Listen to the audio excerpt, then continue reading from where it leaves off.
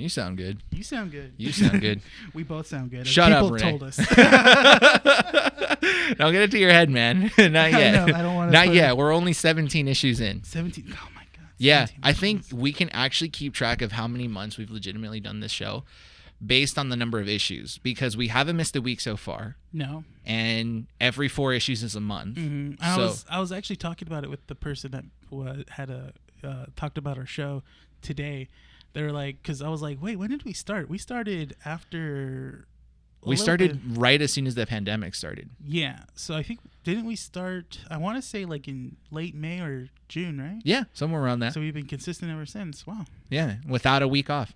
And next week, there's some complications because I'm going to go camping. Oh, that's right. So we have to film the show on a day that isn't a Friday evening. It isn't a Friday, so maybe I can do Thursday. Okay. Yeah, you're recording right now, aren't you? Yes, I am. Yeah, they know. I know. See, I'm catching on. Just like we already know how to do the intros, I'm already catching on. Yeah. You said that someone was talking to you about the show. So I said earlier, guys, we have a compliment, but then also they hate us but love us. Love-hate relationship. So this comes from my friend Rebecca, and she has her own podcast. She does a podcast with her 15-year-old daughter. Oh. Her podcast is called The Kid and I Podcast. Okay. And it's really good. They just talk about basically, women, women issues, or how being a woman, one being older, one being younger. We get 2 different perspectives on day-to-day issues and stuff. Mother-daughter thing, which is a really cool element that I like. I'm sometimes part of the show as well too. Okay. Yeah, because they like me, I guess. Who doesn't like you? Man? Yeah, but so so she just started listening to episodes, I think 1 and 3, and she says that she loves us because we make her laugh, but then hates how good we are. Good together, as in, oh, okay. Like together, like you our and chemistry. Our chemistry and how much episodes we've had more than her. I was like, yeah, we're going to record episode 17 now. And she goes, yeah, you guys have more episodes than me. She's like, F you guys. Like, but also, congratulations. Yeah, but also, I want to support you guys as well, too. So thank you for listening to the show, Rebecca. Shout out to, what's the show's name? The Kid and I Podcast, guys. You can find them on Spotify. I think find them on Spotify. I was gonna say like Stitcher and stuff. I think Stitcher. I'm not too sure. Just look up on Spotify for sure at the Kid and I Podcast. So it's really good. I'm part of it as well too. It's another podcast that I occasionally will appear. Okay. Yeah. Okay. Well, thanks for the compliment. And it's funny that I think she's maybe the second or third person to tell us that we've got really good chemistry. Yeah. And it's always funny to me to think that we could have done this years ago. Yeah. No, we could have. But the thing is that I think in the events that corresponded in our lives after we first initially met, we needed those certain things needed to happen for us to kind of like finally realize, oh, well, let's do something. The pandemic. The pandemic being one. You want to mention it, but no, it's good. Yeah. I know you're looking for the intro because it's your week. It's your turn it is. This week. I this time know we know it's you. Yeah, no, but honestly, like we keep mentioning this in previous issues, but it's probably one of the most relieving things to do at the end of the week, to come together here and honestly just talk about things that we enjoy, things that we actually hold off on talking to each other for a good week. Yeah, like we'll send each other. You send me TikToks every so often. Yeah, I'll send you TikToks that I'll just be scrolling through, or like certain articles that I'll be like, oh crap, and then we'll occasionally talk on the group chat that you and I are on. Yeah. So, but yeah, we try to refrain from talking too much because we want to have that freshness of certain things that happen here when we record. Exactly. Yeah. No, we're gonna keep this going. We're going strong. 17 issues in. 17 we're still strong. We're working on other stuff, guys. What are we gonna do once we reach our 6 month? Should we do something? I feel like we should do something. I feel like I think all the stuff that you and I are talking off mic will happen by then. So yeah. It's just a matter of like trying to get things organized and going. Yeah. It's tough when it's just the two of us. Yeah. Actually producing, thinking, because we don't necessarily write. No. So it's like just producing, thinking about the stuff, recording the stuff, editing the stuff. The thing is too, promoting the stuff. Is that when me and Bryan are together, we're always constantly having ideas for more for the show. Yeah. And then it's just about timing it, doing it and then actually trying to find the time to actually like go through with it and either record or just I don't know, just work on the certain things that we want to do, that we want to produce, that we want to give you guys more content than just a podcast. So the Sony video that I was supposed to put up this week? Yeah, the week before. If you're listening to this on the Wednesday, the week before. I actually forgot we recorded that. We did it. So I finally had a computer problem.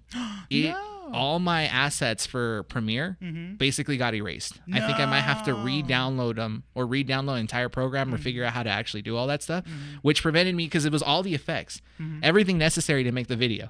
All gone. It was all gone. So I'm just like, what the heck? What did I do? I don't know what I did. I just literally turned it on one day and said, yeah, no, there's no effects, no audio, no nothing. So I barely had enough effects on the actual application to make the podcast for last week, issue 16. Barely enough. Because all it was like the fade and then the dialogue effects, and that was it. Yeah. Everything else is fine, but barely. And I'm just like, dude, come on. So hopefully by the time you're listening to this, maybe it's up.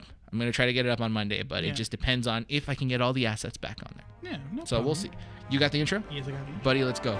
Let's do this. Hello, Internet. Welcome to Keeping Up with the Nerds Variety Hour, come to you from 12920 Philadelphia Street, Whittier, California, aiming to be Whittier's #1 podcast of all things nerdy. I'm your host, Rene. And this is Bryan. And welcome to the show.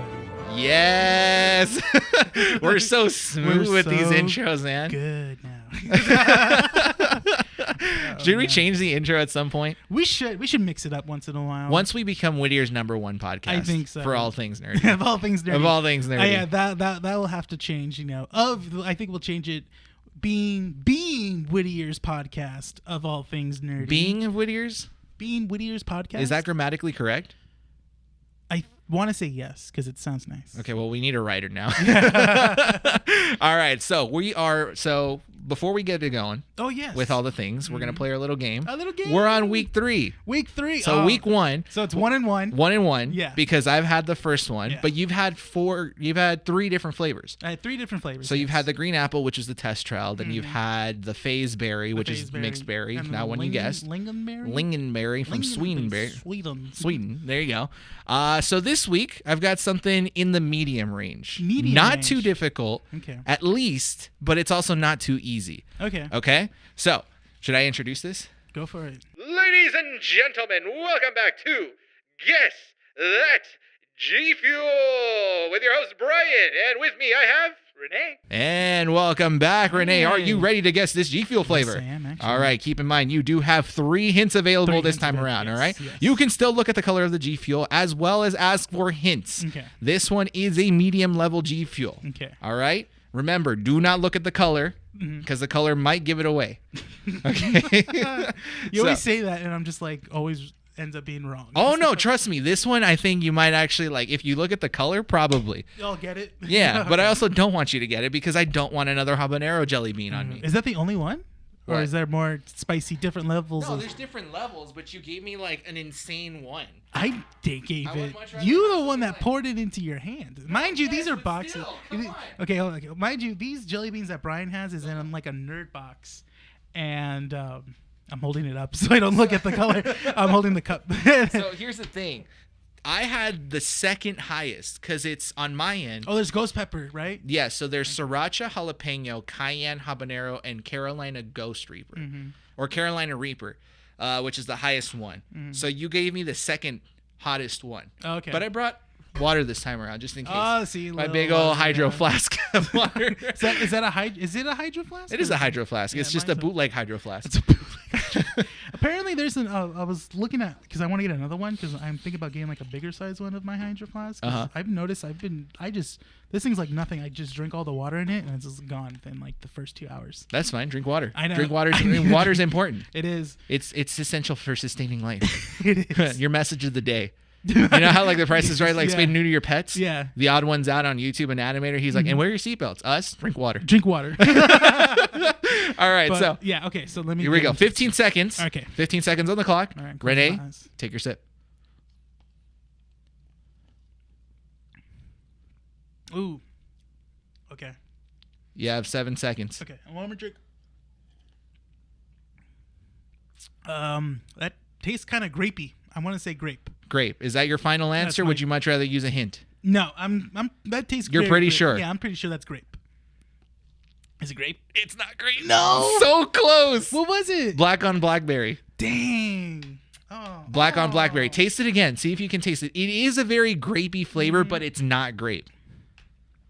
Oh, yeah, I can taste the different now. Yeah. Yeah, once you said it was blackberry, yeah. Yeah. There's a little berry finish to it. Yeah. You've been giving me berry stuff, man. Is that all you get? They have a lot of great flavors. That one was Dr. Disrespect's before he actually switched over to Mountain Dew Game Fuel. Oh, okay. So they don't make it anymore. So that's like a tub that doesn't exist anymore at all. But they still have the black on blackberry flavor. I like it, but it's like whatever. It tastes good. I like it. It's a pretty good flavor. It stains clothes though. Yeah. It does? It does. Has that happened to you? Yes, it has. What was the story behind that? You just made it? Or? Because I was shaking it, but some of my shaker cups are a little bit kind of like loose on the lid. So as I was shaking it, like a bit of a spot came on my shirt, and I noticed it. I was like, oh shoot, it's all purple. And I tried to get it off. Nothing. It's done. It stains just a little bit. All right, Rene. Let's see what the spinners. Let's see what Faith has for you this time around. I have to choose between. Oh, it's an easy one. It's the berry blue or toothpaste. Oh, it's not bad. It's not that bad. That's not bad. Right, so let's see. You're gonna be like, I'm excited to try this. Yeah, I think either one. I wouldn't mind. You get minty fresh breath, or you get a sweet surprise. Toothpaste. Wow, that really tastes like toothpaste. Is it good though? It's not bad. It tastes like basically. It's like. Now is it Colgate? Is it? No, it's AIM. It's AIM. It's AIM. Like the blue. Oh, toothpaste. the dentist-y brand one. Yeah, that's basically what it tastes like. It tastes like minty at least. It's very minty. Okay, so it's a win-win for you. Win-win. Easy, medium flavor for an easy win, Well, and an easy punishment. So you're good. I'm very hesitant that I might get stink bug. I don't want to get stink bug. Oh, I hope you do. I hope you do. Oh, that scares me. There's a couple more G Fuel tubs, so maybe I don't know. And if we run out of G Fuel, then really minty, we can start doing some other games with the jelly beans as well until we run out of these. All right, Rene. So, what is in store for this week? Nothing really. Well, that's the end of the show, guys. Thanks for watching. Thanks for listening, guys. Thanks for tuning in. It's a short episode. No, it's just that again. This is the week where not a lot happened. We are going to talk about the WandaVision trailer, because that's obviously something that me and Bryan are both excited for, that we watched and it was good. And then also we're going to talk about, I'm mostly going to interview Bryan on stuff that he's watched, because he actually watched Finally catching up. Yeah, he's catching up on shows that's been out, and one show in particular that I love so much that's on Netflix that we'll talk about, guys. But we're going to talk about the WandaVision trailer for right now, because it happened, and I'm assuming people want to know what we think. Yes. Now, before we move on, can I just add on to the fact that it's really funny to think that last week we had a bunch of news that we didn't even cover in last week's issue, and then this week, nothing. And that's why I'm going to laugh if this episode goes over like an hour and 30. It's like the longest, like, oh, we still have more to talk. We wait. always do. I think that's the surprising thing, is that somehow we can still like get some material out of even the slightest bit. Mm-hmm. We can spend an entire hour talking about WandaVision. We could if we wanted to. Yeah. I mean, if we pull out like history and like previous comic books and, try to reference all these things. Mm-hmm. But for this trailer, we can try to keep it short and simple. Simply put, the WandaVision came out when? I want to say it came out this week, right?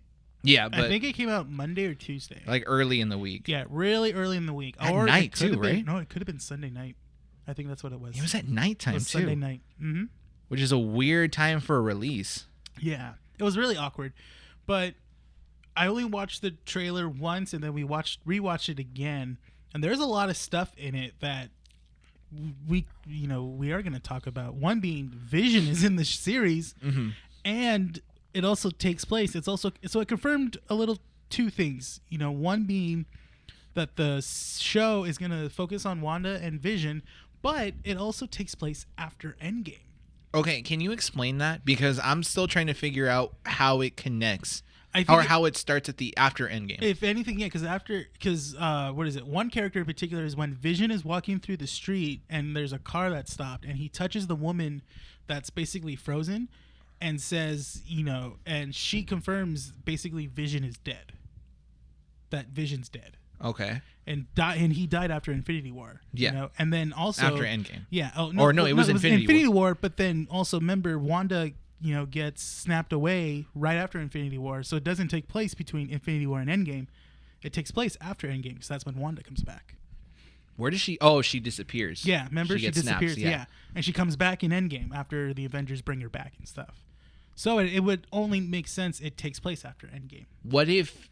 Well, okay. So we'll start with this whole theory kind of thing, because now that you've mentioned this, let me put in like a little bit of a thought, and maybe I'm gonna get called out and say like, no, you're 100% wrong. I know who's gonna call me out on this already, but I'm gonna say it anyways. What if the snap, when they disappear, that's when the show takes place?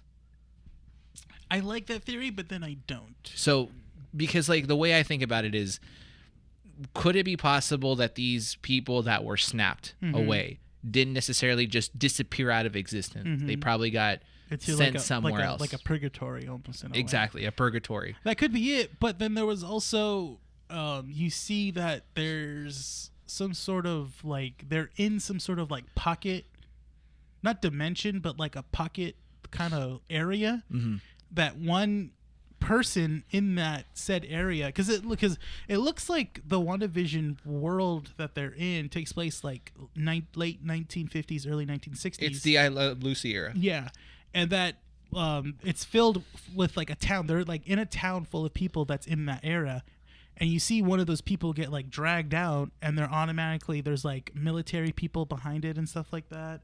Like she looks like she gets pulled through like a cloak and stuff like that, and then like you see tanks and, you know, officers and stuff like that find her, you know, and stuff. So it's like, is there something else happening here, or is it like, is someone trying to get inside Wanda's head, you know, or are they trying to figure out maybe, you know, what's going on with Vision or something? They're trying like to contain her or something. Or like that. or did they find a way to kind of like put Vision's subconscious into something, and he's only in he's kind of like in some sort of like, you know, technology or like some sort of like database that they're kind of putting this projection onto Wanda and stuff like that. Okay, so I just kind of wanted to confirm my thought on that part, because it wasn't really made clear to me why this assumption that it was taking place after Endgame was like confirmed.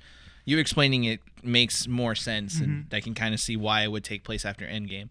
Now, we watched this trailer before we started recording the podcast, and I pretty much told you that everything that is put within a Marvel movie or Marvel, you know, show or whatever has some sort of significance, even if it seems kind of tiny.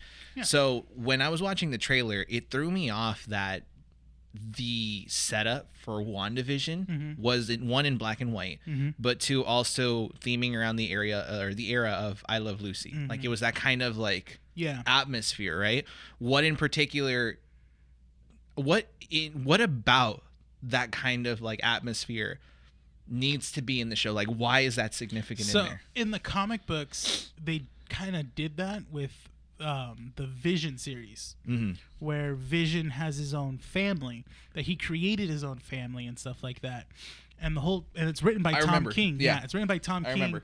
He did a great job, because basically it was like kind of like that, where it was like, oh yeah, we're a happy family, but then Vision's trying to get control of his kids and his wife, because they're newly born AIs and stuff like that, so they don't really understand what's going on, and they end up kind of like killing people without like knowing that if it's good or bad, and Vision's trying to like basically keep him under control and try to cover it up at the same time. Okay. So that's where it gets its inspiration.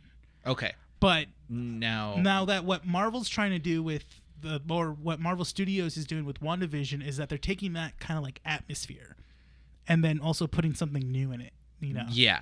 So I'm not too sure. I don't know, because that's the thing, and it could be a very weird show at the same time. Like, it's very creepy. Like the trailer was like a little bit unsettling. Can I throw you a curveball for a second? Go for it. Okay. So this is my whole thought process about how this entire setup could possibly go. Yeah. Again, I'm going to get called out on this. I don't care. Fine. Yeah. Just, I'm the man that still believes Batman Beyond is still a thing for DC. So that's, yeah. But for me, the way I see it, Wanda has always been very uncontrollable, very kind of sensitive. She's always been kind of like a nuke that's ready to go off. Yeah. Specifically in Age of Ultron as well, after witnessing the not the silver bullet, Quicksilver. Thank you. Quicksilver's death in front of her. Yeah. So she's always been a loose cannon. Yeah. Essentially, right? Now, before we actually get to see him in action, we know that these two twins were essentially locked up for years and studied and basically trying to figure out what about them makes them so special, right? So could it be that WandaVision still dead? You know, this AI does not exist.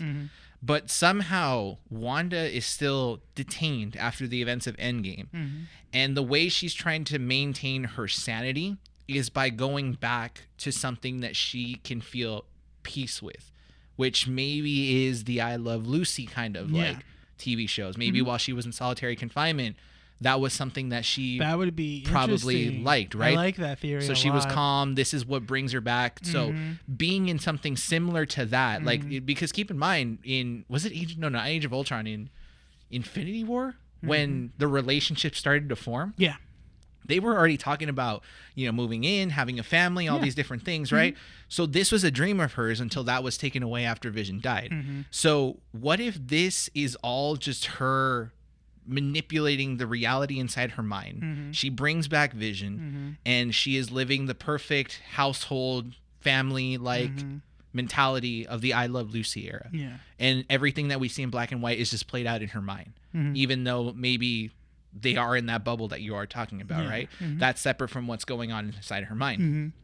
Now, the reason as to why I kind of believe this to be true is because there is that scene where they're having dinner and he asks the neighbor, I guess, that they're having dinner with, asks Vision, where'd you guys move from? And did you notice that Vision just kind of looks at Wanda and Wanda's just kind of like confused, like, oh, shoot. The thing that throws me off about that is, why is it that the man is the one that's freaking out and then the man's wife is the one that still acts normal? That doesn't make any sense. That's true. Right? It could be that maybe asking her that question is kind of triggering something in her brain to say that we haven't figured it out this far. So that's why I'm kind of assuming that this is something that is possibly just playing out in her head, and this is like a world that she feels happy in. That could be a strong possibility. Could that maybe be something? I don't mind that theory at all. That actually sounds pretty interesting. That'd be creepy though. It would be. Because what if we see her and she's actually tied up and detained and this is she's just a dead husk of herself because she just lost everything. That would be interesting. That'd be interesting if that's how it ends the show. I don't think that might end. No, but there's got to be something more to it. I think they have more plans for Scarlet Witch because, again, she is part of Doctor Strange in the new Doctor Strange movie. And that one they said was going to be a lot darker, or quote unquote a lot darker. So she is going to play a bigger role. So maybe that's the transition of how, we'll see Wanda coming from Endgame and then realizing maybe, like you said, she is broken and stuff. Trying to go back to a simpler time and stuff like that, and then she realizes that she needs to face reality, and then she goes off and we'll see her in Doctor Strange. That sounds actually pretty interesting. Could be. But now the next question that we have to start thinking about is how dark is Disney willing to go for the series? That's true, because they can go uncomfortably dark, which would be pretty good for a show like this, especially on Disney Plus. They've done it with The Mandalorian. The Mandalorian is not dark per se, but it's very, it has its, very gritty tones. It does. Specifically when they go into the, I forget the planet, when he helps out the villagers. After. Oh, yeah. With it's not an AT-AT, or not the AT, what is it called? The Walker. The Walker, yeah. But I forget what kind of the letters for it. Friend of the show, Rebel, will let us know in the group chat. Right now. He's on his phone. He's like, and it's this one. But they've shown that they can go to that limit. But it would be interesting to see Disney taking WandaVision and going that extra mile and saying, yes, we can make this a psychological thriller in a way. It could be that Wanda is completely broken. Not Daredevil tier or Punisher tier. Oh, no. Not on Netflix, but psychologically uncomforting. Well, that would be a different vibe for Marvel to do, which would be very good. That would be another breath of fresh air. Perfect setup for Doctor Strange, the next Doctor Strange. Yeah. Because the Doctor Strange movie was kind of a little bit different than the other ones. No, it had its own. You could tell it was still a Marvel movie, but at the same time, it had its own tone. the man lost everything. He was going insane trying to figure out a cure for his hands. He finally figured it out, became a monk, I guess. And then started learning the realities that he needed to leave the materialistic world to achieve what he became, essentially, at the end of the film. So it's completely different than something else like, Spider-Man Homecoming, for example, right? Or what's another one that came out? Ant-Man. Ant-Man. Oh, yeah, definitely. Ant-Man was more humorous. Yeah, and before Doctor Strange, all the movies essentially for Marvel were like either like kind of like not sci-fi, but they'd be kind of sci-fi because they all take place in science. They all base off everything in science. So Doctor Strange was the first one to introduce magic into the other than Thor. Like Thor, you could argue Thor, but even then Thor mythological magic. Yeah, it was more mythological magic, or even then Thor knew the certain science of certain things as well too. He understood some of the things. There was explanations to his actions, how he managed to travel from Asgard to Earth. Like there was the explanation for that.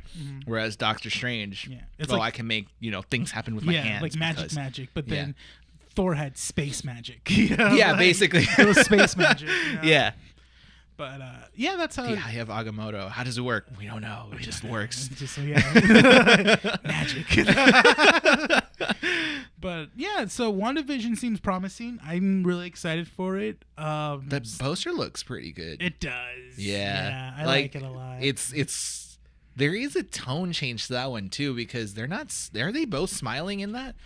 Both sides. I want to say yes, but I don't know. Let me look this up because I'm trying to think. Like, it would be interesting. I don't know. I think they aren't both smiling on both sides. Let me see. I'm just glad to see that they're. Oh no, we don't see that. Oh, you don't see them smile? No. So the poster is actually them smiling, but in the black and white, and then we only see like distorted portions of their side in like their true real forms, but not the faces. It's just kind of like them. Okay. So. I don't know. I don't know. WandaVision too. WandaVision. Play on words. Yeah, WandaVision. Yeah. So that was another reason as to why I thought this whole thing about her just making this a reality in her mind rather than it being a true reality. Yeah. It's just I think that at the end of the day, Vision is still dead. Yeah. No, he is. Vision's not coming back. This is all played out in her mind. Yeah. Yeah. And I think that because she's so powerful, is that she could create a more like a sentient kind of memory of Vision, because she is really that strong. Well, she knew Vision to a T at some point, what was it that you were mentioning about the Soul Stone that's in his head? Oh yeah, so even then, if this does take place after Endgame, Vision still has the Soul Stone. If he is to be coming back, how does he have the Soul Stones? Because the Soul Stone is destroyed, at least from this timeline. What if there's certain portions of the show that are played out in the Soul Stone? Pretty much the only times you see Vision and his Vision look in his true form, that he has the Soul Stone. That it could be played out within the Soul Stone itself. Or did the Infinity Stones all get destroyed? They all get destroyed. That's the thing. Not the Soul Stone. Is it the Mind Stone? It's the Mind Stone he has. That's what it is. Who has the Soul Stone? Soul Stone is that's the one they had to get. Thanos had to kill Gamora for. That's the Soul Stone. Oh, that's right. Okay, so it is the Mind Stone. It's the Mind Stone because it came from Loki. It's the Mind Stone, Rebel. It's the Mind Stone. Don't come after us, please. It's the Mind Stone. We're sorry. We fixed Jesus. It. God, he was yelling right now, guys. Again, I love that we make these podcasts now just to kind of slightly troll Rebel. Friend of the show, Rebel, man. Friend of the show, Rebel, guys. Oh man, we'll have him on the show. Don't worry, Rebel. You're gonna be on the show. We just have to figure out a certain episode that we want to put you on. Basically, we got it. We're still working some kinks out over here. But going back to the whole WandaVision thing, it'd be interesting to see where it goes. I think for me at least, it's how far are they going to go as like within the edge kind of edginess. It's interesting. I think the trailer did a good job trying to set up a little bit of mystery for it. It was a shame that they just kind of released it. Bam, done. Okay, it was on a Sunday evening. Yes, they did release it on a Sunday. I found it on YouTube. It was 5 days ago.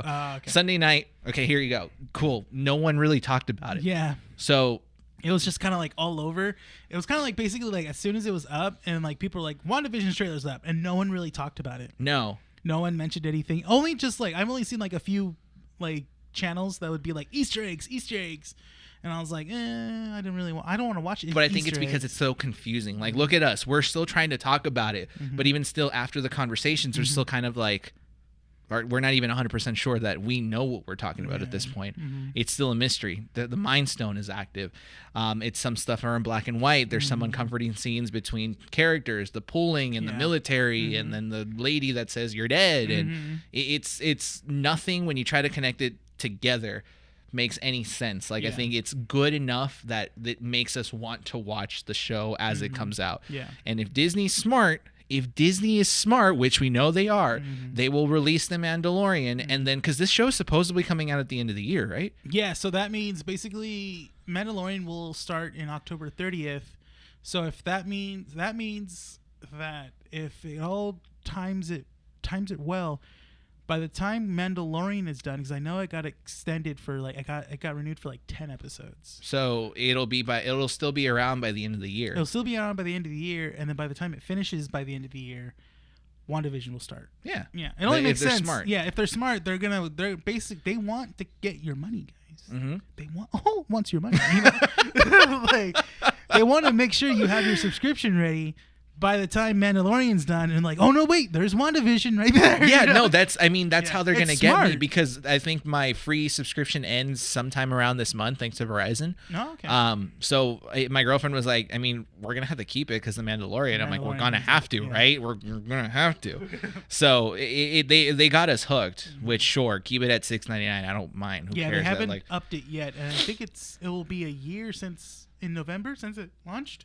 Yeah, somewhere around that time. It'll be a year, yeah. So that'll be interesting. After that, in the new year, what will happen? Will they up the price a bit? We'll see. We'll see. So, anything else we want to discuss regarding WandaVision? If anything, I am excited that they are finally releasing a Marvel show now. Ever since the launch of Disney Round Plus. of applause for Marvel becoming relevant. Good job, Marvel. All this DC talk. Thank you. Marvel. Pulling it in right around the corner. Keeping up with the Nerds Variety Hour, specializing in DC content. Wait, no, we just got this. Marvel. This just came in. Marvel announcing WandaVision. And then obviously, guys, we'll review each episode each week as well too. That's gonna be a fun one. Mandalorian, man. That's gonna oh be my god. From basically after Halloween will be Mandalorian. We've talked about something that we want to do. We'll discuss it at the end of the episode. Okay. Again, these are the ideas that we're kind of pushing out. Yeah, we're having ideas. Yeah. Guys, so if you're listening to this, we always recommend, and maybe I don't think we push this enough. If you're listening to this and kind of stop at a certain point, no.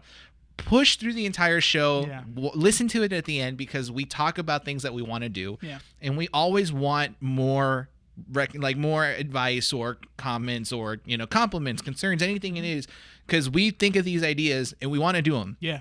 There have been talks of possibly setting up some sort of paid content that we maybe want to do later on. Yeah. We don't feel comfortable at the point yet. But we do want to produce more content, and The Mandalorian is providing us an avenue for that. So stay till the end of the show. We'll talk about the idea that we maybe want to do. Be interesting, be fun. So we're gonna throw ideas at you guys. Yeah. And we kind of want your feedback. Exactly. So just let us know.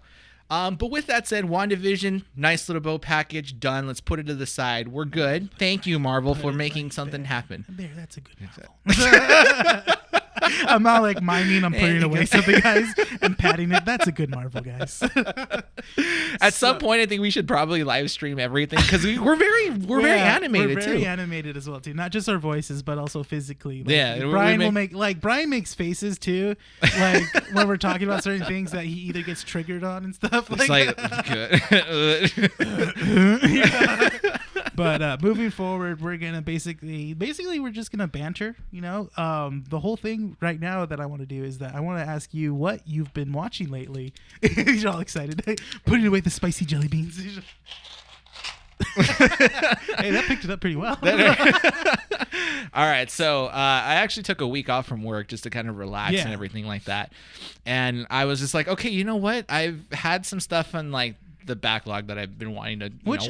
Everyone does. Everyone does. Yeah. I finished up Legend of Korra, which, Rene, if you're gonna say oh well, you're barely watching this stuff, Rene, you haven't even watched any of Avatar, The Last Airbender, or Legend of Korra. I finished Legend of Korra. I'll tell you this: I finished Legend of Korra in 2 days. But that's from you rewatching it. Yes. Again, it does not matter. Watching it for the first time or rewatching it, it takes the same amount of time, Rene. It's not like the episodes get any shorter after watching it the second time around. I want to watch Avatar. It's just that I think because again, it's everyone telling me that it's like same thing with Harley Quinn. Everyone tells me it's so good. Yes, one of the comments where you shared it on Facebook, I forget his name, starts with an E, but he's like, you should definitely watch Harley Quinn. Eric. Rene, watch Harley Quinn. Yeah. Just watch it. It's so good. I even lent you. Bishop. Yes. Yeah. They're like, if they're telling you to watch it and I'm telling you to watch it. And I lent you Avatar The Last Airbender Blu-rays. Mm-hmm. Watch it. Okay. It's on Netflix. Now it's on Netflix. There's no excuse now. No excuse. Yeah. Like, I'll put it this way. The Last Airbender is very cutesy. Mm-hmm. It's very childish. Yeah. I think that's where it kind of it loses me. It loses just a little bit just because a little bit. You're an adult now. So a lot of 28-year-old man. So a lot of the theming and a lot of the stuff is very childlike. Mm-hmm. And so I feel like if you didn't grow up with that, you kind of lose it a little bit as you get older. Mm-hmm. But I need you to watch it because as you go into Legend of Korra, I am a huge advocate for Legend of Korra. Mm-hmm. More so than The Last Airbender. Really? Yes. Wow. And I either get massive backlash for it because there are some like stands for The Last Airbender and those that say that Korra was complete garbage, that they didn't know what they were doing, they were rushed, and it does have its history. I'll explain it to you once you actually watch it. But once you get through The Last Airbender and then you get into Legend of Korra, I think that for you being your age, you will appreciate Legend of Korra far more than The Last Airbender because it does deal with a lot of concepts and a lot of ideas that are very relatable to someone of that age. Yeah. And you actually get to see these characters grow. It doesn't take place within a span of a year. I think that's the Last Airbender. It's like a year's worth of time. The 3 books cover a year's worth pretty much.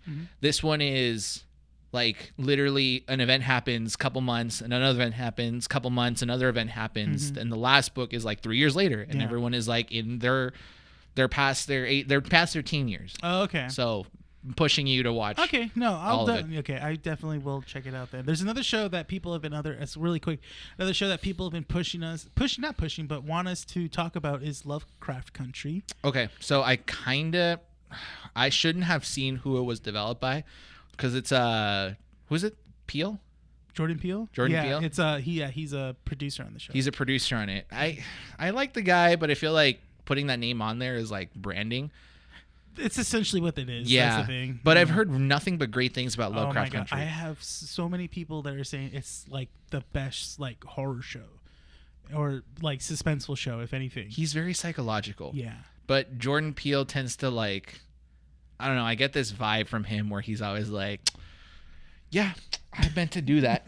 Yeah, it's a psychological thriller. You didn't get that? Yeah. No, I definitely see what you mean. Yeah, those are one of the people I would like to meet. Yeah. To kind of pick his mind and be like, how did you manage to create a show like Lovecraft Country, or maybe how did you manage to bring back something like The Twilight Zone? Yeah. Us as well, like these movies that have recently come out.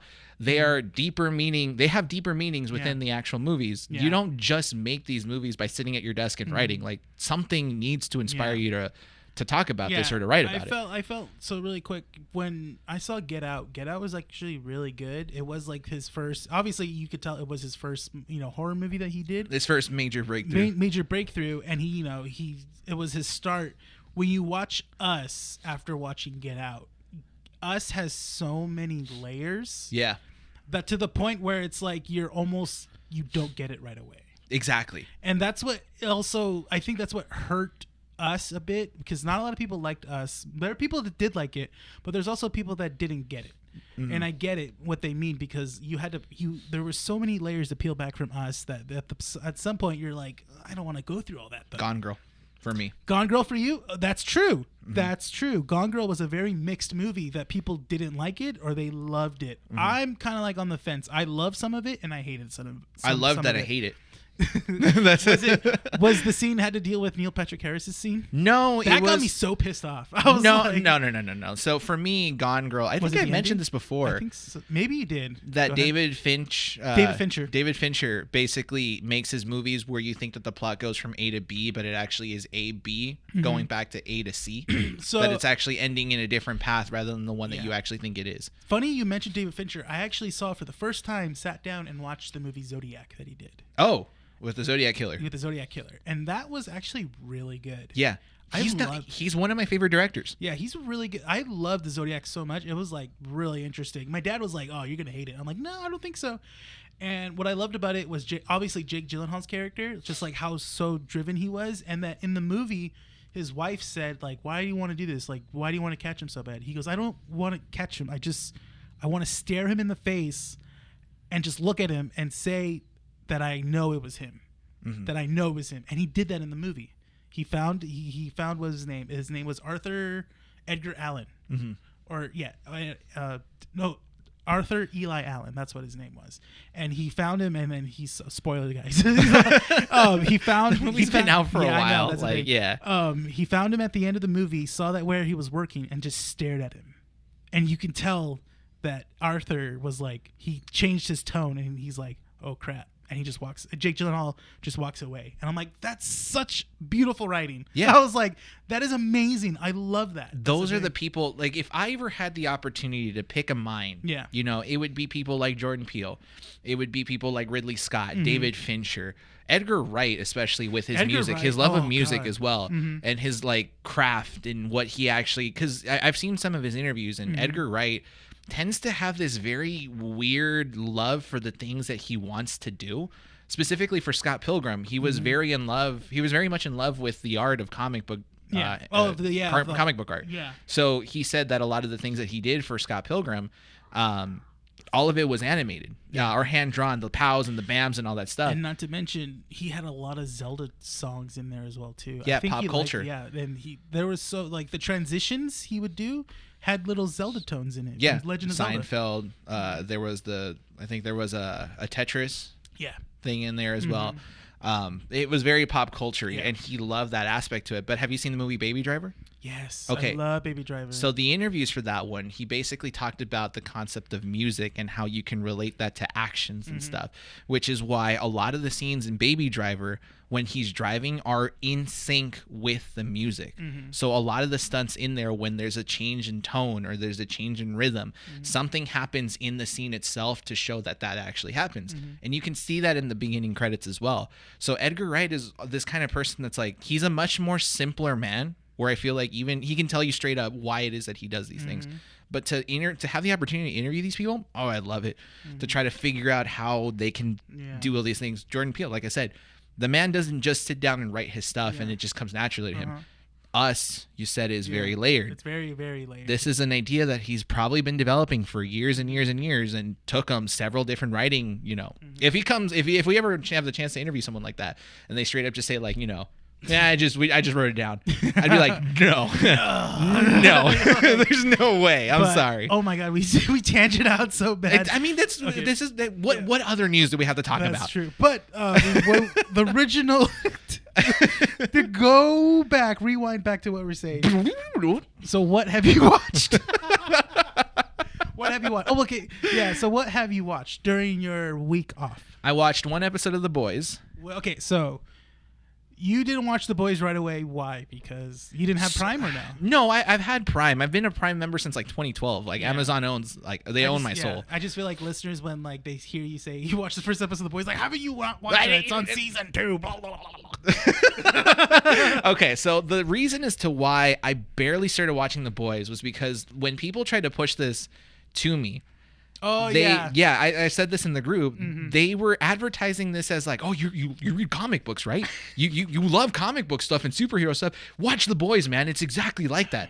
Cool. Okay, so just like any other generic comic book, no, it's super gory and violent and stuff like that. And I don't say that. I don't say super violent. So then why didn't you recommend it to me the right way? Because it is sometimes gory. It is gory. Literally, the first couple minutes, there's a lady that gets like obliterated by a speedster. Which is like amazing. So, okay. I've only seen one episode. You only seen one episode. One episode, okay? So it ended with, it ended with Homelander taking translucent. Yes. Okay. Yes. Okay. So, Now, I am very much saddened by the fact that if people try to advertise the show as like a gore fest, very adult version of a superhero movie, they're 100% wrong. Yeah, it is that. It is that, but the gore is not the main selling point. It isn't. It's a side concept. Yeah, the concept is the best part. Yes, because this is a corporation monetizing the use of superheroes in a world that basically something similar to what's going on. We're here after hours, and I'm like looking at the window. Constantly, people are walking by, but it looks like they're in the store for a second. Oh, you're like getting freaked out? It freaks me out. So it's Halloween time almost. Don't say that. But it's it takes place in something similar to this, and so that idea to me is like refreshing. It's like cool, okay, like we've had other comic books do that before, or they try to bring the idea of superheroes into modern society, or like current events and stuff. Watchmen, for example, does a fantastic job like that in the books. If you have to see the show, that's another one that I have to watch. But we've seen it before. But for The Boys to be very much the way it is refreshing. I think what makes people draw to it so much is that the modernization of it, of how if superheroes did exist, and how they would be treated, like like their image and stuff, all their sponsors, they would be treated like celebrities. They would. And now, how do you hold them accountable if they accidentally murder someone? Yeah. And that gets brought up. Yeah, a corporation, basically, pays people for their silence. Yeah. Oh, stuff we're sorry for your loss, but you weren't married. Yeah, they spin a new little truth to it, And I think, what's her name? Jennifer Jason Lee, or what's her name? The one that's in charge of everything.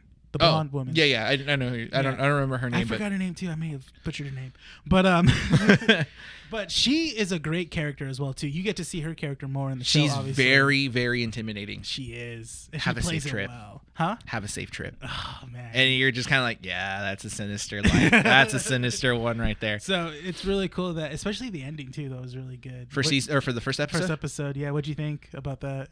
It was good because it was surprising. It was just kind of like, Homelander basically just kind of advertises himself like, because they mentioned it as well. He doesn't drink. No. He's the pretty boy. He's the pretty boy, good boy of the entire 7, right? So he's the one that everyone looks up to. He's the perfect image. And then here he is carrying out something. He's the most dangerous one. Exactly. When you find out at the end of the episode that you think that he's like, he's like Superman. You know? He's portrayed as like, the symbol of hope. The symbol of hope. And then when you find out that he took down a congressman a senator and his son in an airplane, you're like, whoa. Yeah. Okay, he's the worst one. I think what shocked me the most was, what is his name? A-Train or something like that? A-Train, yeah. A-Train. When he kills the girl. Oh yeah, it was like a split second, right? It was like a split second, and then they just cover it up, and he blatantly lies on television and says like, "Oh, she was I'm in the sorry." Middle of the road. Yeah, and then what was it when he goes into the actual headquarters? The guy, I forget his name. Huey. Huey. Yeah. I knew it was something like that. Huey, yeah. Yeah, it was a weird name. And he's just like, yeah, I'm sorry, whatever. Can we just get this over with? It's like, what the heck, dude? Yeah. Like, this is something that legitimately would happen. And before he even comes in, he's like, I just want you to know that, his apology does not mean any sort of admittance to the actual crime that may have happened. Yeah. And you're like, oh, so there's like, yeah, this is legitimate stuff that could possibly happen in the real world. So it got me interested.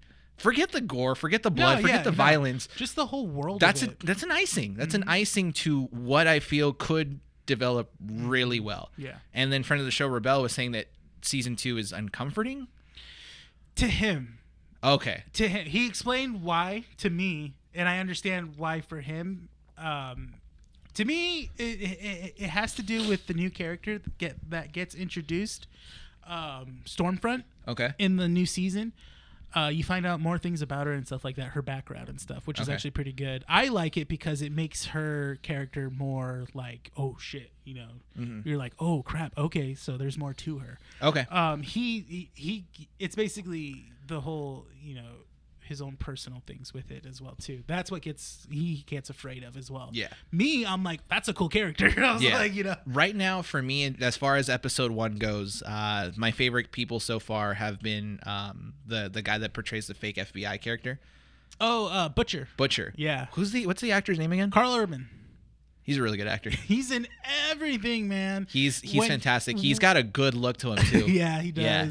And I think is he actually? No, I don't think he's British in real life. Is he? Or is he? I have yet to hear him on an interview, but I know he's in a lot of stuff. Yeah, he was in Star Trek. You know, he played Bones. Yeah. You know, he was also in Lord of the Rings. That's right. He is Bones. Yeah. But he's got a beard, so it's so weird. Yeah. Okay, you said that. I'm like, oh. What the- Yeah, he's Bones. Oh my god. He's Judge Dredd in the new Dredd movie. Oh my god. Dude, that man's a everywhere. chameleon, dude. Yeah, man. He's like in every. Oh, I got dizzy right now. Yeah, he was in that. He was in Lord of the Rings as well too. What the heck? He's Okay, so now I many- love him that much more. Yeah, Just the fact that you said McCoy, and I'm like, yeah. oh, what the heck? And I like it. It made sense as soon as you said it, and then like I put the 2 and 2 together. It's like you ever get that chance where you put a photo here and another photo here, and you're just kind of like, oh my god, it makes sense. He just slowly goes. It's like, no beard. Oh, no, it was okay. And then Starlight. Starlight is a great character. Starlight, I love her just because she is such an innocent person at the beginning, and then just to see her character drop like that in an instant is fantastic. It makes for, I feel like there's a lot of character development left for her, so I'm really excited to continue on to it. So one of the things, really quick, we'll end the topic here, so we'll move on to the next one. One of the things I loved about that show is that even like, you know, you have Butcher, Huey, and all these other characters that are going to be interested. Like those are essentially the good guys, you could say. They're probably not. I'm probably going to get flagged for that from Rebel. But you know, those are like the protagonists, obviously. You know, but when you watch furthermore with the superheroes, obviously we all know the superheroes are actually the bad guys of the show. They're Terrible. But Homelander is like the best character in my opinion, because you see his progression of like realizing that like he could do whatever he wants. Like a bomb drops, a reality bomb.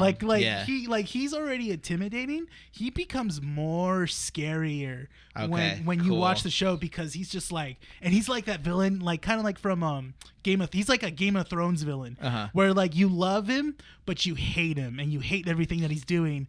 And I know that when his death, obviously he's gonna die at some point in the series. Homelander, I think so. Because does he die in the books or no? I never finished the series. I got up to like maybe halfway into it, so I know certain things about. They changed a lot of things up. They definitely changed a lot of things up.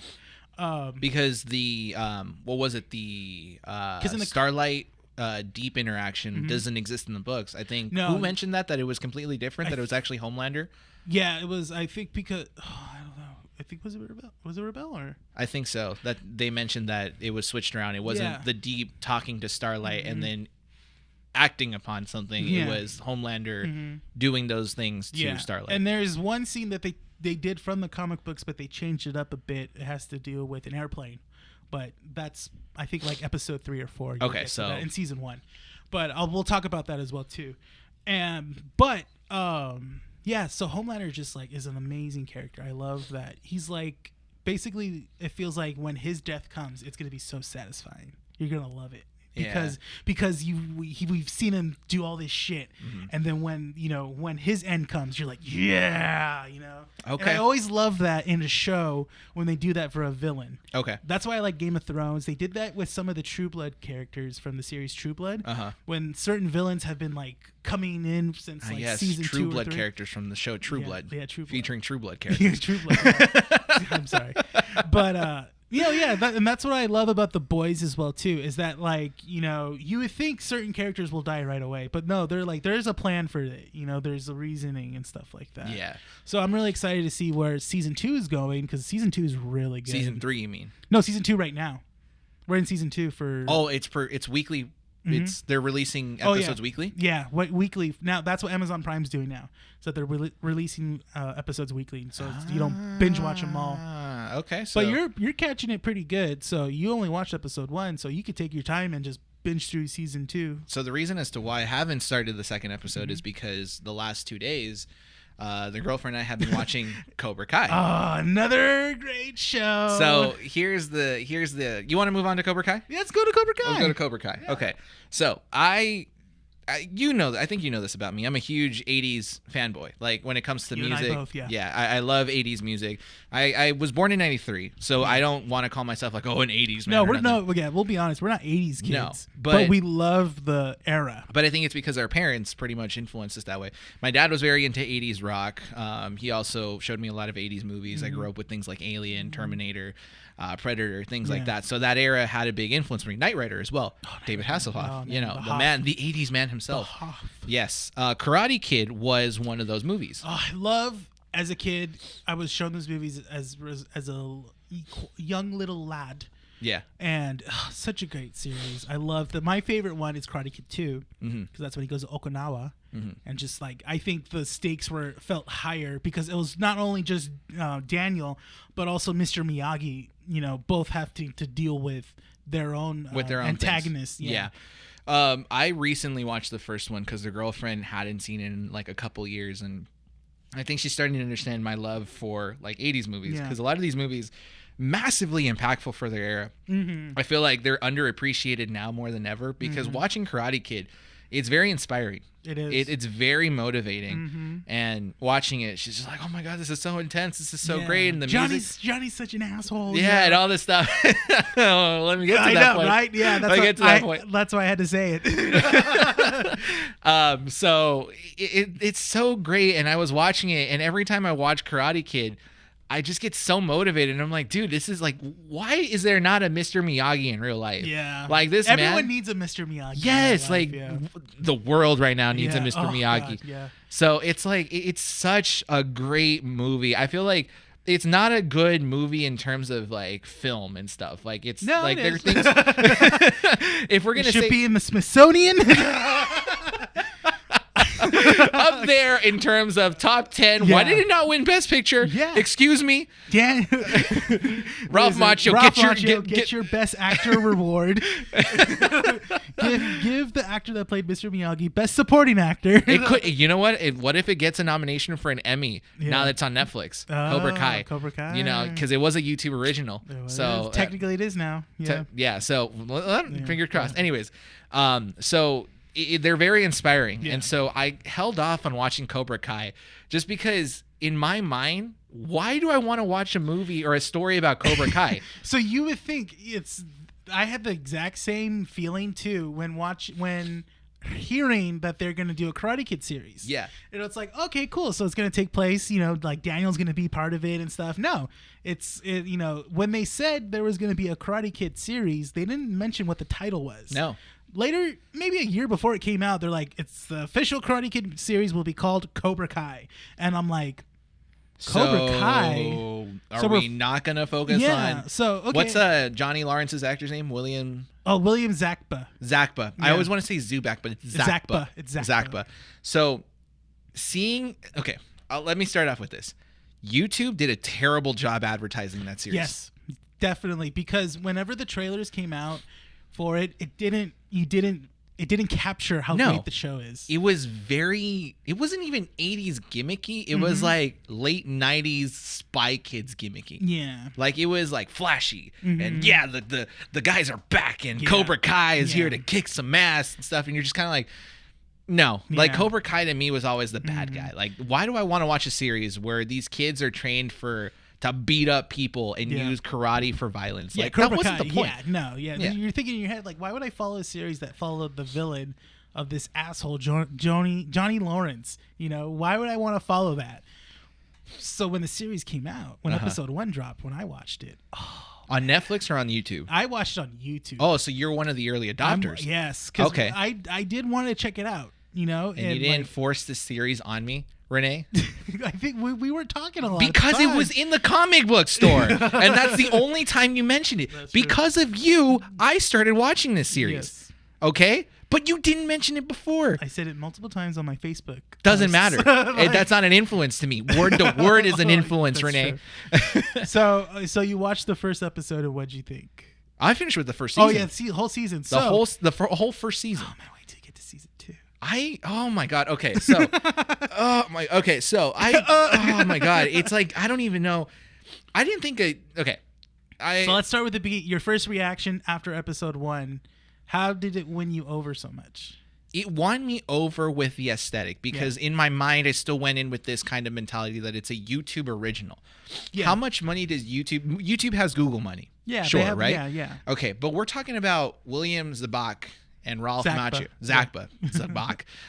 See, it's like a Z. It's like such a, excuse me, I should have said Zakba. William Zakba and Ralph Macchio. Like, you got to pay some pretty good money to get him back. Also, Ralph Macchio wouldn't just come back just to do a mediocre Karate Kid. He's very true to the character. He said in an interview that, listen, like, I don't want to just come back and just appear. Like, he wants to be part of it.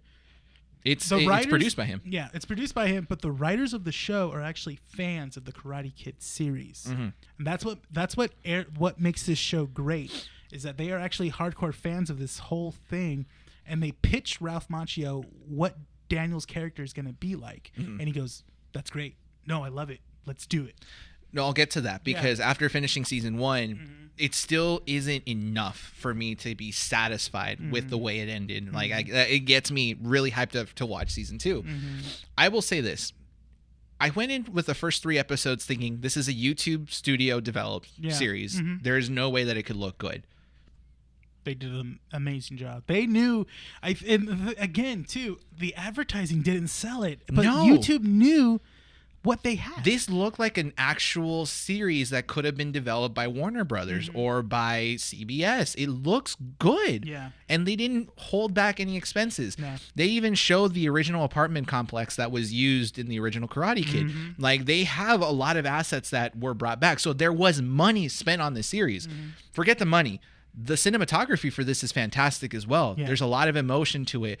The actors are they're really good. They still have that very cheesy 80s kind of grab to it, which by all means, if you're developing a show talking about, 80s characters, sure, why not? You're people that like us that watch these movies and love them. That's an incentive to watch it. But, oh my God.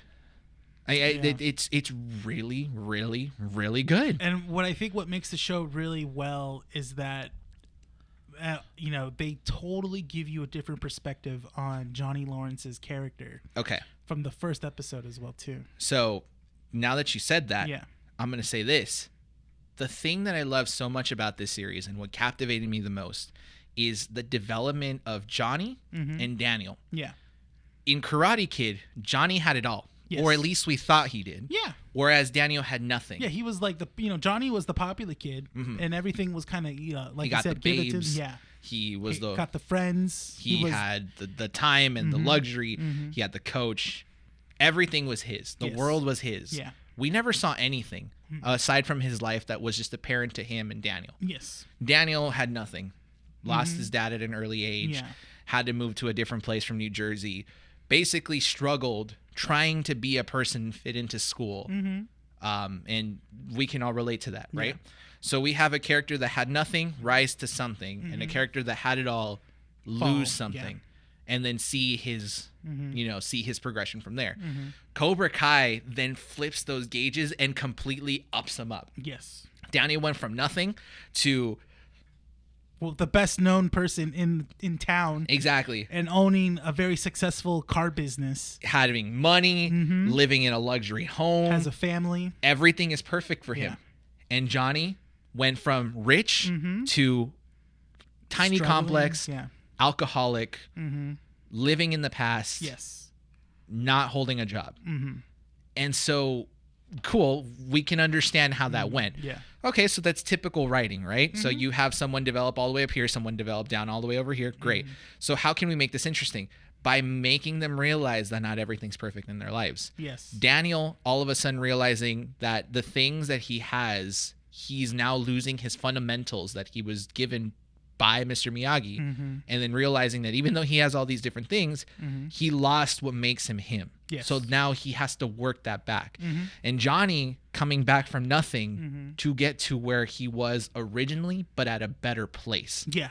Because as the season progresses, he slowly stops drinking. Mm-hmm. You know, he starts having minds and Yeah, goal he's sets. building a relationship with Miguel, which again, Miguel is another great character. Really good. Yeah, really good character. He's like basically the Daniel character, but just he's being taught by Cobra Kai Yes. through Johnny. Yes. You know, and then you find out Johnny has a son within the same age, but then he has a terrible relationship with him because he wasn't around. Robbie's development is very quick but very satisfying. Yes. And Robbie's character gets better, you see in season 2. Which is good because I kind of like the kid now. He was a bit of a he was a bit of a jerk. Well, he had secret intentions because that's the way he was brought up. Yeah. You know?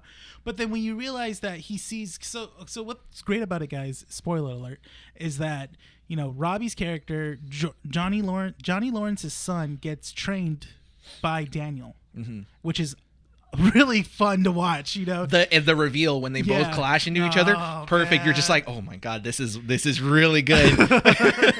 and the show loves to just like just give us like, oh yeah, like here's Daniel and Johnny standing like against each other, and loves to hint of like them fighting and stuff like that. Like, oh no, they're not gonna fight in this episode Until they meet up Yeah. because Louie, Daniel's cousin, Yeah. puts a hit on his car or whatever, and he goes to his pool house, and Yeah. they're just like, "You want to go? We can do this right Yeah, now." and you're like, like how excited did happen. you get? It's gonna happen right now. Yeah. They're gonna fight. Then the wife comes up. The wife of Daniel kind of was a little bit upsetting because I didn't like her at first, but then she grew up on me. Her character is a little bit because like when the whole pool party happened, I got kind of annoyed by her. It was like it was that scene where it's like, well, you know, your daughter just tries to have fun with you. I'm like, well, but the thing is that you know they're all there without the parents' permission. I would act the exact same way Daniel did. Yeah. With my kids. Yeah. But it's like, Oh, hell, come on. If you threw a party Yeah. at your place of living, do you think Yeah. that your parents would be like,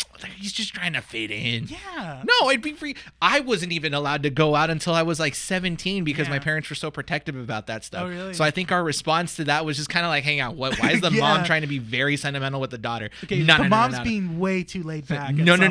You You ground her. You take her phone away. You tell her to go to her room, and she's not talking to any of those friends anymore. But if there's one character that I get disappointed at is Daniel's son. Anthony? Anthony. Just He's the way so- he is. I want to punch him every Right? time he makes an appearance. When he started drinking the butter, I was just like, bruh, like, I get you.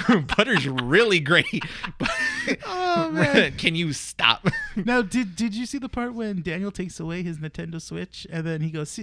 No, it was his Vita. Vita. Okay. And then he's like, Alexa, order me a Vita. no. No.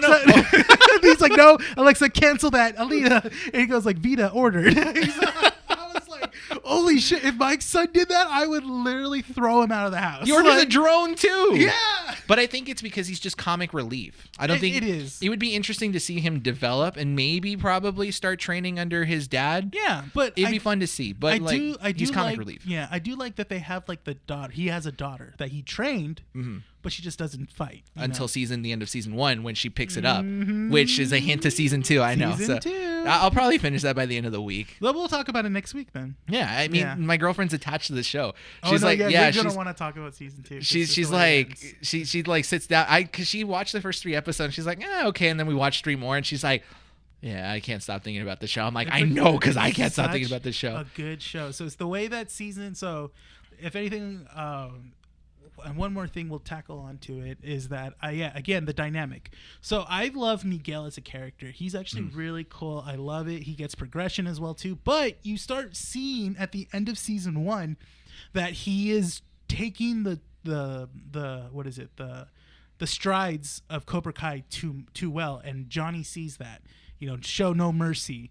You know, always attack first. Offense Strike is- strike first, strike hard. Yeah. Show no mercy. Show no mercy. You can tell that he takes that too seriously, and Johnny sees that as well too. And and then when you see Miguel and Robbie fight, you don't know who to root for, because you love both of these characters. And I think that's what makes the show really great, is that there's no good or bad person. It's really gray area. We're both rooting for Johnny. We're both rooting for Daniel to both succeed.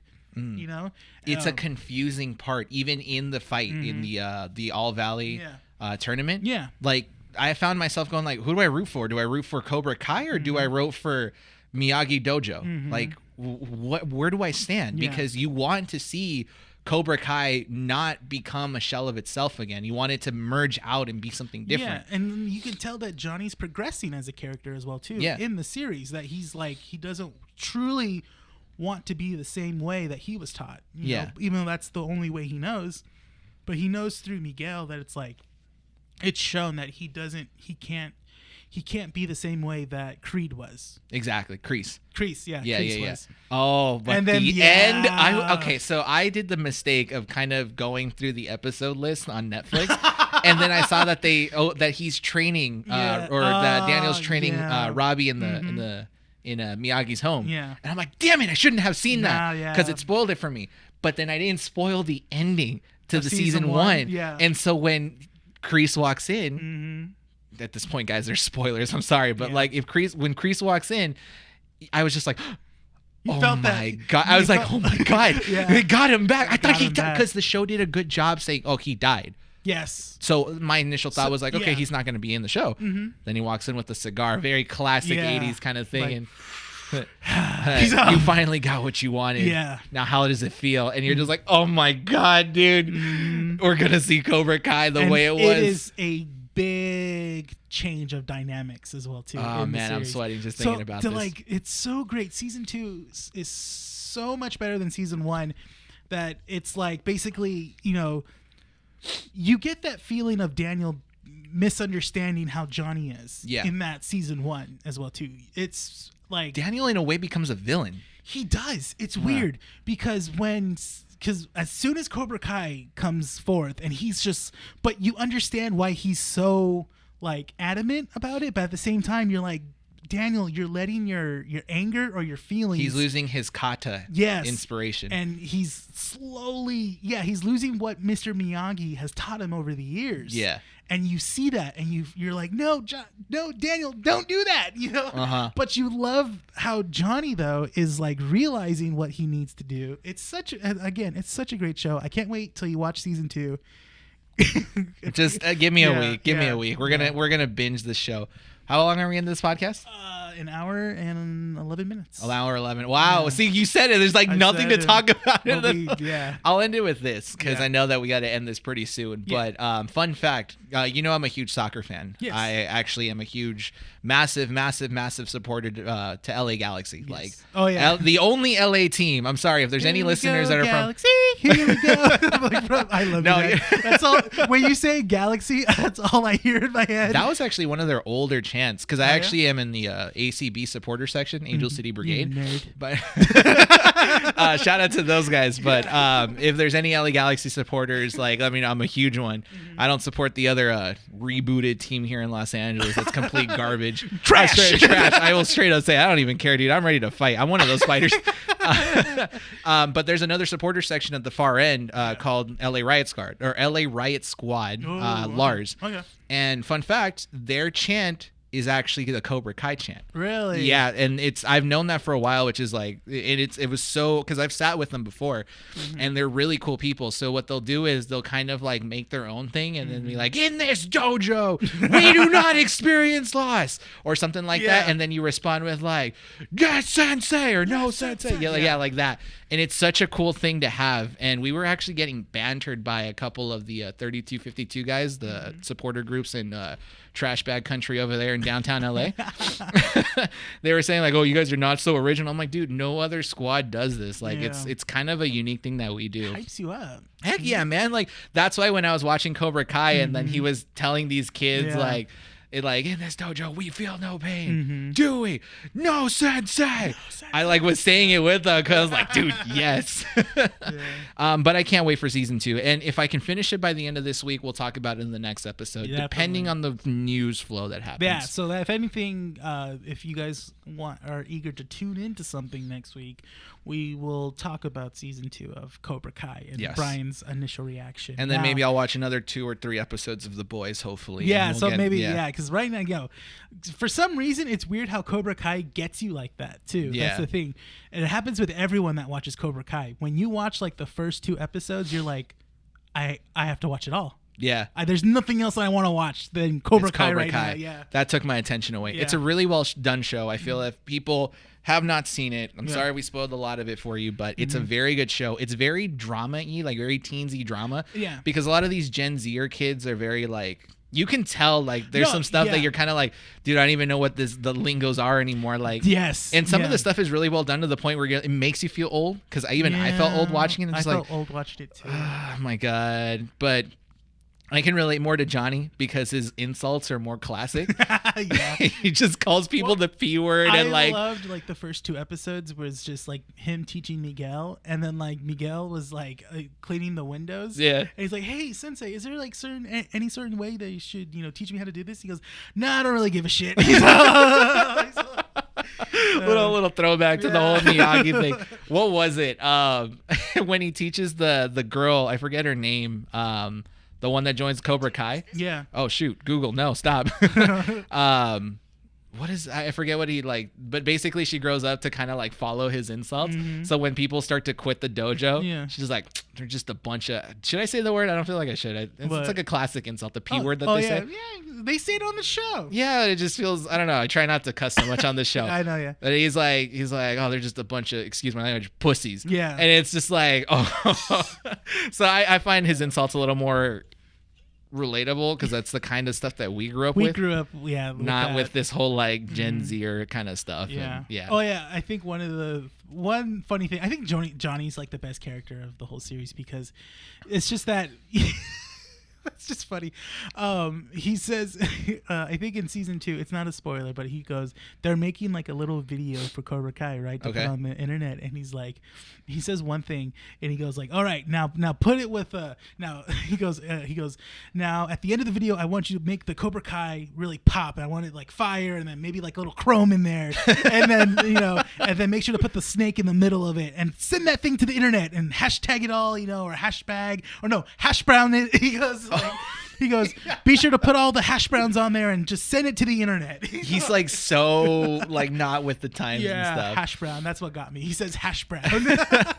We'll talk more about it next week. Yeah. Hopefully I'll finish season 2. But with that said, anything else that we should bring up? Oh, that's right. Do you want us to go forward with the announcements? Yeah, go for it. Okay, so for October, there are a couple things that we do have planned. One of them being a Let's Play series because we talked about this in last week's issue 16, about how Resident Evil 8 was announced and it's going to be released, and we talked about Resident Evil 7. Yes. We will actually be recording some Let's Plays on Resident Evil 7 because I was too much of a baby to finish it. But now you got your buddy. But here. now I got you. So we're actually going to go and record some footage on there, and we'll probably be releasing 2 episodes a week with our Let's Play. So if you have not seen any of Resident Evil 7, head over to our YouTube channel. We'll be posting those at the start of October. Yes. And then maybe 2 episodes. We can't guarantee we'll finish it because it's a pretty long game-ish. It's pretty long-ish. It's really long, so it will span over to November. Most likely, though, if we finish it. Yeah, if we finish it, Yeah. or if the way that we at least play it or Yeah. something, because it could Never take a know. while. Never know. So we're gonna record that. That's something to look forward to because I can't stand the horror elements of that stuff, and I know that you haven't. I haven't played that. And I'll tell you game. that some of the stuff will make you uncomfortable. Okay. So that'll be something to look forward to. So if you're listening to this on Podbean or Spotify, please subscribe to our YouTube channel. Excuse me, I'm like trying to burp, but I can't. I was like, oh my god. Head over to our YouTube channel. We'll be posting those videos on there. There probably won't be any face cam just so that it limits the editing and we can just record and so done. if you guys are expecting, our initial reactions, like our actual reactions, you won't. It'll be audio. Yes. Yes. Maybe. We'll see. We'll test out a couple things here and there. It'd be interesting, but those will be going up first week of October. As far as The Mandalorian goes, we've had discussions between the two of us making some form of commentary backtrack that goes with the thing. Yeah, and go ahead and explain it because I think you can do better. So basically, what I've noticed that I like is that I like listening to commentary tracks on certain things and stuff like that. And I know that certain people love to hear what we think on certain things. So what pitched to Bryan was that I wanted to do what would be the best opportunity to try this was release a commentary track for The Mandalorian when we watch it. Now, it's not going to be a initial reaction unless you guys want an initial reaction. But as of right now, what we're gonna do is that we're gonna watch The Mandalorian first, and then we're gonna watch it again, and we're gonna talk about some things that we love, some things we talked about it, or some things that we notice in the episode and stuff like that. Or if you guys would like to see an initial reaction to it as well too, mind you, it might not be a lot of stuff to talk about, especially if we're gonna offer it as a pay track. You have to pay to listen to it. Yeah. So that doesn't seem fair to you guys to listen to us just basically reacting to it, going, "Oh, what? No." Yeah. If anything, this will be more of a test trial. If there are people that enjoy it, then sure, we'll go ahead and keep doing more of this stuff. We'll make it easy, so we'll let you know when to start the actual show, and then there will be that back commentary on it. But more than likely, the way it is going to be formatted is you and I will probably watch it on our own first, and then we'll watch it together, and that way we kind of know what to talk about and not have much more of a reaction, but more of a conversation while the show's actually going on. And if that's something that you guys are interested in listening, then I think that it'll probably be when the only time we do talk about it will be on our commentary tracks. Yes. And not on the podcast. Yes. So that's something to look forward to as well. Yeah. We're also talking about making a couple videos here within the Whittier vicinity. Whittier area, yes. Just because we know that there are a couple filming locations here that are very Halloween-y, that were mentioned or that were used as sets for movies. Yeah. Hocus Pocus being one of them. Yes. Disturbia. So we're kind of brainstorming ideas on how to approach this. How to do it, yeah. Yeah. So once we get those ideas going, something else to look forward to.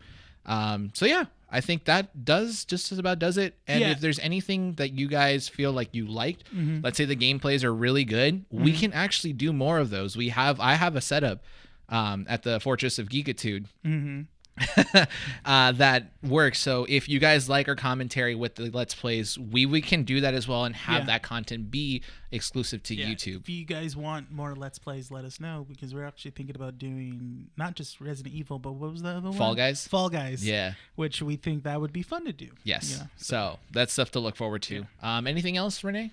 I think just for the month of October, we also talked about maybe possible scary movies and stuff like that we'll watch, but we'll have maybe Bryan will watch a scary movie once in a while that I'll tell him about. And we'll just talk about it on the podcast as well too. Other than that, I think we've also maybe mentioned that we might read a couple of short scary stories that we'll find, or if you guys know of a scary story that you guys want us to kind of us to talk about or to read here on the podcast, go ahead and shoot us the link. Yeah, there's stuff that we produce the show, but we get our finalized material literally a couple minutes after we start recording. Before we start recording.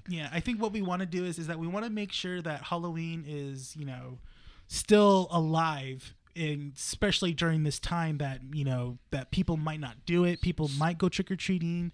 I know some people are still decorating, which is great, but now I think it's like basically they haven't canceled Halloween, but they're saying that if you want to go do Halloween, do it on your just be aware. So in that case, if you guys are at home, we just want to make sure that we still provide Halloween, something for you guys. Yes. All right. So let's get going so that way we can start recording Resident Evil 7. Yes. All right, here we go. Ready to close this out? Thank you, citizens, for listening to this issue of Keeping Up with the Nerds Variety Hour. This is Bryan. Rene. Coming to you from 12920 Philadelphia Street, Whittier, California. Recording at Undercity Comics. We thank you, citizens, once again, and hope to see you all next time.